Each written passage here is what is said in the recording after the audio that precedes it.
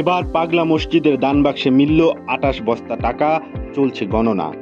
কিশোরগঞ্জের ঐতিহ্যবাহী পাগলা মসজিদের ৯টি লোহার দান বাক্স খুলে এবার পাওয়া গেছে ২৮ বস্তা টাকা। এছাড়াও রয়েছে বিপুল পরিমাণ বৈদেশিক মুদ্রা সহ স্বর্ণরূপার বিভিন্ন অলংকার। প্রতি ৩ মাস পর পর খোলা হয় এই দান বাক্সগুলো, তবে এবার ৩ মাস ২৮ দিন পর খোলা হয়েছে এই দান বাক্সগুলো। এর আগে ২০ এপ্রিল সর্বশেষ পাগলা মসজিদের ৯টি দান সিন্ধুকে পাওয়া গিয়েছিল ৭,৭৮,৬৭,৫৩৭ টাকা সহ বিপুল পরিমাণ বৈদেশিক মুদ্রা। এছাড়াও স্বর্ণরূপার অসংখ্য অলংকারও পাওয়া গিয়েছিল সে সময়।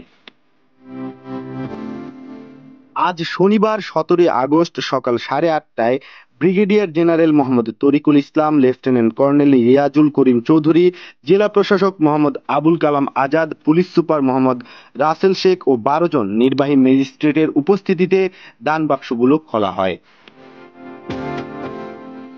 এরপর বস্তার টাকাগুলো মসজিদের মেঝেতে ঢেলে মাদ্রাসার ২৫৭ জন ছাত্র, ৩৭ জন শিক্ষক, রূপালী ব্যাংকের ৭০ জন কর্মকর্তা টাকাগুলো গণনায় কাজ করছেন।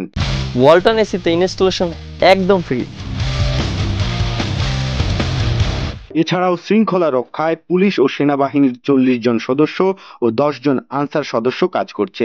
দিনভর টাকা গণনা শেষে রাতে টাকার পরিমাণ জানা যাবে বলে জানিয়েছে মসজিদ কর্তৃপক্ষ। জানা যায় মুসলমান সহ বিভিন্ন সম্প্রদায়ের লোকজন এ মসজিদে দান করে থাকে। এখানে দান করলে মনোবাসনা পূরণ হয়, এমন বিশ্বাস থেকেই তারা ছুটে আসে পাগলা মসজিদে আর দান করে মোটা অঙ্কের টাকা। তবে এ মসজিদের দান বাক্সে যে বিপুল পরিমাণ টাকা পাওয়া যায় তা জেলার আর কোনো মসজিদে মেলে না। টাকার সঙ্গে সোনারূপা অলংকার সহ থাকে বিদেশি মুদ্রাও। প্রতিদিন বিপুল সংখ্যক গবাদি পশু, হাঁস মুরগি, ফলফলাদি, মোমবাতি ও ধর্মীয় বই দান করে লোকজন।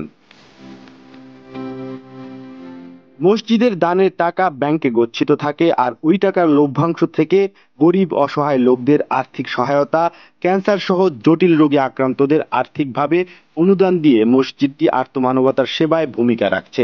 দরিদ্র ও মেধাবী শিক্ষার্থীদের অনুদান দেওয়া হয় মসজিদের তহবিল থেকে। এইসব সেবামূলক কর্মকাণ্ড সারা বছরই করে থাকে পাগলা মসজিদ। কিশোরগঞ্জ শহরের পশ্চিমে হারুয়া এলাকায় নরসুন্দা নদীর তীরে মাত্র ১০% ভূমির উপর এই মসজিদ গড়ে উঠেছিল। সময়ের সঙ্গে আজ পাগলা মসজিদের পরিধির সঙ্গেও বেড়েছে এর খ্যাতিও।